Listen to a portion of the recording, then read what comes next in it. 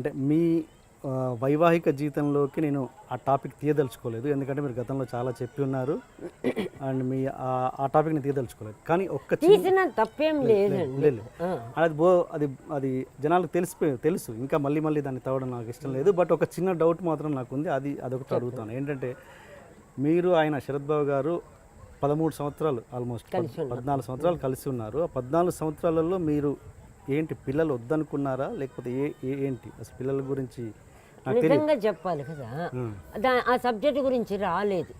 Okay okay, దాని గురించి time లేదు కూడా, ఉందా లేదా. ఎందుకంటే ఆయనకి పెద్ద ఫ్యామిలీ, నాది పెద్ద ఫ్యామిలీ. తను వస్తున్నాడు పైకి, నేను ఆల్రెడీ వస్తున్నా, హ్యాపీగా ఉన్నాం. కానీ అది లేదు అన్న కొరత లేనట్టు ఒక ఫ్యామిలీ మాది. ఆ సైడ్ పోలేదు మూడు, అది నిజం. అది ఆ ఫ్యూచర్ ప్లానింగ్ ఉంటేనే మెటీరియల్కి సంబంధించింది అవుతుందండి. మీకు మెటీరియల్ ప్లాన్ ఎప్పుడు మీ మైండ్లో వచ్చేసిందో అప్పుడు ఈ పిల్లలు లేరా, సెంటిమెంట్లా సెటిల్ అవ్వాలి అనే నీది నాది ఒకటి అనే సబ్జెక్ట్ ఉండేది. ఇక్కడ నేను ఉండాలి, ఎప్పటికి వెళ్ళిపోవాలి, లేకపోతే సెటిల్ అవ్వాలని ఎవరికో ఒకరుకుంటే కూడా వేరే ప్లానింగ్లో ఉంటాం. అర్థమైందా మీకు? ఇక్కడ అందరూ అవకాశమే, నాది ఒక అవకాశం, మీది ఒక అవకాశం. ఉన్నంత వరకు బాగానే ఉన్నాం, అయిపోయింది సబ్జెక్ట్ అయిపోయింది. పిల్లల వరకు మా మూడు పోతే ప్రాపర్టీ నా ఇల్లు నీ ఇల్లు నీ మంది ఒకటి అనేది ఆ సబ్జెక్ట్ వేరు కదా. అది కాదు మాది. కమర్షియల్ అని చెప్పలేము, పక్కా అని చెప్పలేము, అది ఉన్నాం అంతే. ఇంగ్లీష్ స్టైల్లో గెట్ టుగెదర్, అదేంటి లివింగ్ టుగెదర్, సూపర్ స్టైల్ అంతే ఉన్నాం, అయిపోయింది. No problem. ఎందుకంటే ఈ బెడ్రూమ్లో ఏం జరిగిందో ఎవరికి తెలియదు కదండి. మీకు నన్ను నచ్చితే నాది ఓకే అంటారు, వాళ్ళది నచ్చితే వాళ్ళది ఓకే అంటారు. అందుకని అది మాట్లాడకపోవడం కరెక్ట్. మీకు ఎప్పుడన్నా అనిపించిందా పిల్లలు లేరన్న బాధ? లేదు లేదు లేదు, ఇప్పటికీ నాకు పిల్లలు లేరనే బాధ సిచ్యువేషన్ లేదు కదా. కిందికి పోతే అన్నీ ఉన్నాయి కదా. పిల్లలు ఉంటే బాధపడేదాన్నేమో. పిల్లలు ఉండేటప్పటికి మీకు ఆ హక్కు అవుతుంది. ఆ హక్కులో నన్ను బయటికి తరమవచ్చు, చంపేయచ్చు, లేపేయచ్చు, కొట్టుకోవచ్చు, తప్పనిసరి అవుతుంది. ఇప్పుడు నాకు తప్పనిసరి ఏం లేదు, ఫుల్ ఫ్రీడమ్, ఫుల్ స్వతంత్రి నేను. ఆపేవాళ్ళు లేరు, వద్దనేవాళ్ళు లేరు, కావాలనేవాళ్ళు లేరు. అది ఉంటే తప్పదండి. ఒక విధంగా ఎంత లక్ అంటారు, కానీ నాకు తెలిసి ఓన్లీ ప్రాపర్టీకి సంబంధించిన తప్ప వేరే ఏ విధంగానూ పిల్లలకు పెద్ద లెక్క కాదండి. పిల్లలు అనేది లక్కు మాత్రం కాదు. మీరు మగోడు అనిపించుకోవడానికి ఏమన్నా బిడ్డను కనాలే తప్ప, లేకపోతే అది ఇంపార్టెంట్ మాత్రం కాదండి. నా ఎక్స్పీరియన్స్. బాగా చెప్పండి, ఏంటి ఇంపార్టెంట్? పెద్ద రాజవంశం మీది, ఏమన్నా 1000 ఎకరాలు మీ కొడుకు ఇవ్వడానికి ఉందా? మీకే గతి లేదు, మీకు ఎందుకండి బిడ్డ? అంటే పక్కింటి వాడు ఎదుటింటి వాడికి నువ్వు మగోడని తెలియాలి, ఒక సబ్జెక్ట్. రెండోది, ఇంట్లో పెద్దవాళ్ళు పాత స్టైల్లో, అది మాత్రం మీకు జనరేషన్ కాదు. ఒకటి గంటరా నేను చేస్తా, ఒకటి గంటరా నేను చేస్తా అంటా ఉంటాడు. మీరు కంటే ఆవిడ చావడం ఏంటి? ముసలి తిరుగు సావే, నాకు బిడ్డలు వద్దు అంటే మీరు హ్యాపీ. వాళ్ళు మనం హ్యాపీగా ఉండకూడదని కొన్ని సైకాలజీలు ఉంటాయి. ఒకటి ఇవి చాలా పెద్ద సబ్జెక్ట్ అండి. ఆ సబ్జెక్ట్ నేను కరెక్ట్గా చెప్పగలను, ఆడదాని సైకాలజీ. కోడలు హ్యాపీగా ఉండడం అత్తగారికి ఇష్టం ఉండదు అనుకోండి, బిడ్డ కనమంటది, అది ఎట్లాగ ఇంట్లో పడిపోతుంది కదా. మీకు అర్థమైందా? కూతుర్ని మాత్రం నువ్వు జాలీగా తిరిగే ఇప్పుడు ఎందుకు బిడ్డలు అంటది. దీనికి ఏమంటారు చెప్పండి మీరు? ఇది కరెక్టా కదా? అన్నిటికీ మరి అన్నీ తెలిసి ఎందుకు చేసుకుంటున్నారు? అందుకని సమాధానాలు లేవండి, అలవాటైపోయి నూరేశారు మన మీద. మీరెందుకు చేసుకున్నారు పెళ్లి? మరి అప్పుడు నేను పెళ్ళి అనేది ఊరికే అదొక యాక్సిడెంట్ ఇన్సిడెంట్లే తప్ప ఒక పర్పస్ ఏం కాదండి. అవి నిజంగా పర్పస్ అయితే ఎక్కడ విడిపోవడం ఎందుకుంటుందండి? రెండోది, ప్రతి వాళ్ళు విడిపోవడానికే ఉంటారు. సమాజం అని పేరు పెట్టుకోను, లేదా ప్రాపర్టీ, ఈ రెండు తప్ప వేరే కారణాలే లేవండి. ఎవరు చెప్పినా అబద్ధాలు లేదు, నేను మాత్రం నమ్మను. ఒకటి సమాజం, రెండోది ప్రాపర్టీ. ఈ రెండు తప్ప వేరే సబ్జెక్ట్ ఎందుకు ఉంటుందండి కలిసి ఉండటానికి కారణం? ప్రేమ అనేది ఇద్దరి మధ్యలో ప్రేమ లేదు, తొక్కడా లేదు. ప్రేమ తిక్కడా, ప్రేమ లేదు. ప్రేమ లేదండి, emotionals, incidents. But feelings is different అండి. ఫీలింగ్స్ సోల్ కూడా ఉండొచ్చు ఇద్దరి మధ్యలో. ఒక సోల్ అనేది ఉండదా ఇద్దరి మధ్యలో? సోల్ అనేది ఫీలింగ్కి సంబంధించింది, ప్రేమ ఫీలింగ్ కాదండి. ప్రేమ సోల్ కాదండి. ప్రేమ అవుట్ సైడ్ది, కళ్ళది, ఎమోషనల్ది. ఫీలింగ్ అనేది లోపలిది, అది నువ్వు ఉన్నా లేకపోయినా ఫీలింగ్ ఉంటుంది. ఓకే అది సోల్. Okay okay. సోల్ అంటే ఆ ఇన్సైడే కదండి, బాడీ కాదు కదా. అది చాలా రేర్ అండి, అది అందరికీ దొరకదండి. అది ఒక సెక్స్ రిలేషనే ఉండక్కర్లా. ఓకే అది ఉందండి, అది ఉందండి, నా వరకు ఉందండి. ఓకే అది ఉంది అనేవాళ్ళు కూడా ఉన్నారండి నాకు సంబంధించిన వాళ్ళు. Okay okay. అంటే బయట ప్రపంచంలో కలుస్తాం కదా. మీరు ఎప్పుడైనా ఈ ఈ మీరు విడిపోయాక ఎప్పుడైనా మీరు ఇద్దరు ఎదురెదురయ్యాల్సిన పరిస్థితులు వచ్చాయా? నేను మామూలుగా ఉంటే తనే మాట్లాడు, నాకేం గిల్టీ, నేనేమైనా దొంగతనం చేశానా, ఏమైనా తీసుకొచ్చానా? ఎప్పుడైనా ఎదురయ్యారా? చాలాసార్లు. ఏంటి అప్పుడు మీ ఇద్దరు రియాక్షన్? నేను మామూలుగా అలా అని తిరుగుతూ ఉంటాను అందరితో, నమ్మని ఇలా పెట్టి అయ్యో పాపం అనిపించేది. ఎందుకు అంత రియాక్షను? అతన్ని నేనేం తినలేదు కదా, అతని ఇంటికి నేను వెళ్ళి ఉండలే. అతను అంత రియాక్షన్ ఇవ్వాల్సిన అవసరమే లేదు, ఏ విధంగా చూసినా లేదు, అది మాత్రం చెప్పగలనండి. ఏ విధంగా చూసినా నాకు అతను రియాక్షన్ ఇచ్చేంత సీన్ లేదు. నేను నవ్వుకుంటుంది. ప్రాపర్టీ వెంటక పోతే ప్రాపర్టీ కావాలండి. మనిషి కుళ్ళిపోయి చచ్చిపోతే కూడా బయట దిక్కు లేనప్పుడు ఆ ప్రాపర్టీ ఎందుకండి? అందుకని ప్రాపర్టీ మెటీరియల్ తీసేస్తే నాకేం గిల్టీ లేదు. నేను అంతకుముందే సినిమా దాన్నండి, నేను 13-14 ఏళ్ళకే సినిమా దాన్ని, నాకెందుకు ఉంటుంది గిల్టీ? నన్ను చూసి నువ్వు సీరియస్గా మొహం పెట్టడం ఏంటంటే నవ్వుతాను, కామెడీగా ఉంటుంది నాకు, అది నేను పెట్టాలి.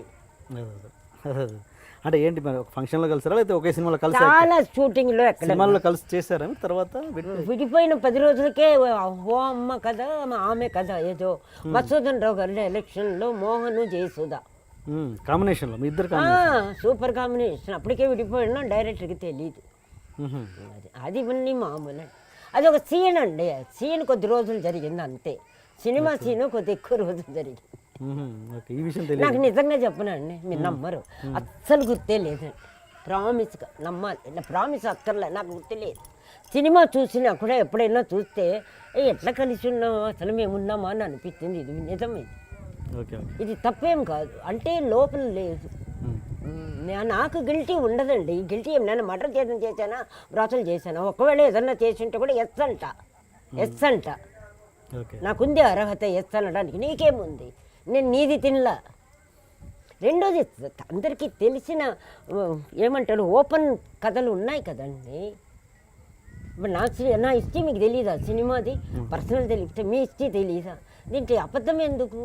అసలు అబద్ధమో నిజమో బాగున్నాం కదా, మళ్ళీ అది వేస్ట్. అది ఏదైనా వర్త్ ఉన్న సబ్జెక్ట్ ఉంటే మాట్లాడినా వర్త్ ఉంటుంది, వర్తే లేని సబ్జెక్ట్ వేస్ట్.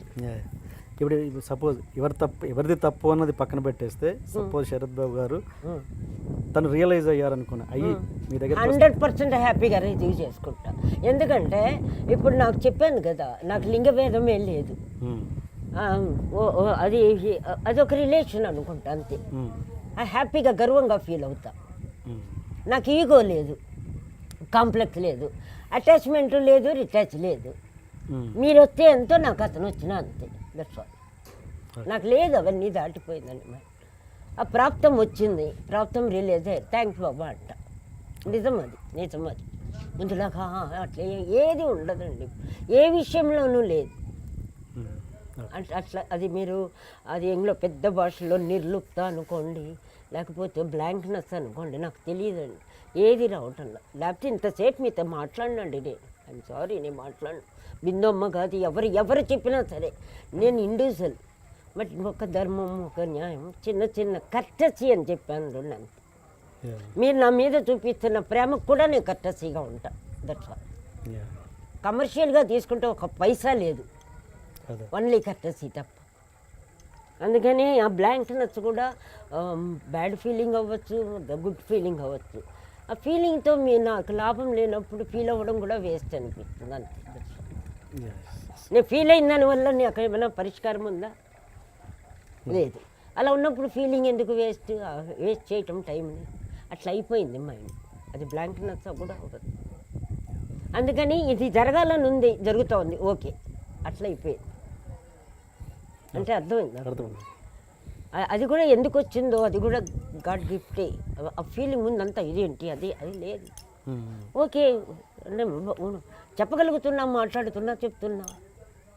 వచ్చినా హ్యాపీ, మీరు రాకపోయినా హ్యాపీ. అలా అయిపోయింది నా లైఫ్.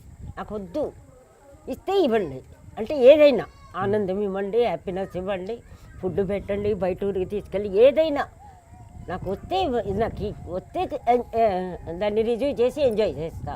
రాలేదనుకుంటే ఇంకా హ్యాపీ ఎంజాయ్ కుట్టుకుంటా, టీవీ చూస్తా, పూలు పెడతా, రొటీన్ ఓకే. అట్లా. అండ్ పాత హీరోల గురించి మాట్లాడితే మళ్ళీ శోభన్ బాబు గారి గురించి మీకేం తెలుసు, మీరేం అడగాలనుకున్నారు అది చెప్తేనే కదా నేను దానికి చెప్పగలను. నేనుగా చెప్పాలంటే ఏ సబ్జెక్ట్ చెప్పాలి, దేని గురించి చెప్పాలి, మీరు ఏం విన్నారు, అది కరెక్టా కాదని నేను చెప్పగలను. కృష్ణ మా హీరో, ఎక్కువ సినిమా నేను అన్నగా చేస్తా, చెల్లెలుగా చేసా. అప్పట్లో ఫ్యామిలీ ఫ్రెండ్స్, విజయ నిర్మల నేనంతా బాగా ఇష్టంగా ఉంటాం, తప్పదు ఫ్యామిలీ. ఇప్పుడు ఎవరికి వాళ్ళు పెద్దోళ్ళు అంటే వాళ్ళు పెద్దోళ్ళు అవ్వాల, వాళ్ళ పిల్లలు బయట వాళ్ళు పెద్దోళ్ళు అయినప్పుడు మమ్మల్ని దూరం చేస్తారు. అలా దూరం అయ్యారు. ఓకే. ఇప్పుడు అవుట్ సైడ్ నుంచి వచ్చే కోడళ్ళు అల్లుళ్ళు అవుట్ సైడ్ వాళ్ళు, వాళ్ళ చిన్న బిడ్డలు పెరిగిన తర్వాత అవుట్ సైడ్ వాళ్ళు. అప్పుడు మేమున్న ఇద్దరు ముగ్గురు దూరం అయిపోతున్నాం. పోనీ వాళ్ళు మేము కలుద్దామంటే మాకు శక్తి లేదు, ఆధారపడి ఉన్నారు వాళ్ళ మీద, పిల్లల మీద. అలా వాళ్ళు దూరం అయ్యారు. నాకేం లేదు, నేను సూపర్ ఈ విషయంలో చూశారు కదా మీరు. పోయాము, అందరూ హ్యాపీగా అన్నం పెట్టారు, అందరూ తిన్నాం, వచ్చేసాం. దాంట్లో ఎవరు రాజేంద్ర ప్రసాద్ పెళ్ళాము, ఎవరు నా చెల్లెలు, ఎవరు తమ్ముడు, ఏమన్నా మీకు తేడా కనపడిందా? అంతే మా ఇల్లు. రోజు హ్యాపీగా ఉన్నది ఏదో తిన్నాం, వచ్చేసాం, అలా ఉంటుంది. అందుకని వేస్ట్ అండి అవన్నీ. విజయనిర్మల నేను చాలా ఇష్టంగా ఉంటాం, ఎక్కడ చూసినా మాట్లాడతాం. మరి ఎందుకు ఆవిడ హక్కుగా ఎక్కడుందారమ్మా ప్రభా పిల్లలు నేను చూడాలని ఎందుకు చెప్పలేకపోతుంది, నేను ఫోన్ చేస్తే ఎందుకు తీయలేకపోతున్నారంటే ఫీలింగ్ ఉంటుంది. మధ్యలో వాళ్ళు లేరంటున్నారు, వాళ్ళ భయాలు వాళ్ళకు ఉంటాయి. ప్రతి ఇంట్లో జరిగేదేమ్మా అది, ప్రతి ఇంట్లో జరిగేది. స్వతంత్రం వాళ్ళకన్నా ఉండకపోవాలి, లేకపోతే వాళ్ళకన్నా ఇన్సెక్యూరిటీ ఉండాలి. శోభన్ బాబుది కృష్ణ గారిదంతా మా సీజన్ అనుకోండి. ఒక్కొక్కరితో ఒక్కొక్క సంబంధం ఉంటుందండి, ఒకేలాగా ఉండదు. కొన్ని తెలిసి ఉంటాయి అనుకోండి, అది చెప్పేదానికి ఏమి ఉండవు. చిన్న చిన్న ఇన్సిడెంట్లు కొన్ని లక్షలు ఉంటాయి. బేసిక్గా ఏంటి, అతను పీనాచోడు, బేసిక్గా అతను బిజినెస్ మైండ్, నోరు తెరిస్తే డబ్బు తప్ప ఏం మాట్లాడు. మీకు అర్థమైందా? తన తిండే తను తినడు, తన బట్టలు తను వేసుకోడు. ఇది ఇంతవరకే చెప్పగలను. దీన్ని బట్టి మొత్తం లెక్కేసుకోండి, అయిపోయి. మీకు అర్థమైందా? ఓకే. నేను అంటే మీరు ఎక్కువగా ఆధ్యాత్మికంగా ఉన్నారు కాబట్టి అండ్ సోల్ ఇదంతా మాట్లాడుతున్నారు కాబట్టి ఈ ప్రశ్న అడుగుతాను. నేను ఇలాంటి ఉద్దేశాలు ఉన్న ప్రతి ఒక్కరిని ప్రశ్న అడుగుతాను. భరణి గారిని కూడా అడిగాను ఈ ప్రశ్న. సోల్ గురించి. సోల్ అంటే ఆత్మ. ఓకే, మీరు దైవం ఇవన్నీ మీరు నమ్ముతారు కాబట్టి చెప్తున్నాను. ఏంటంటే పునర్జన్మలు ఉన్నాయా? ఉన్నాయి. ఓకే. మనిషి తను చేసిన తప్పుకి ఖచ్చితంగా శిక్షించబడతాడు అన్నది నమ్ముతారా మీరు?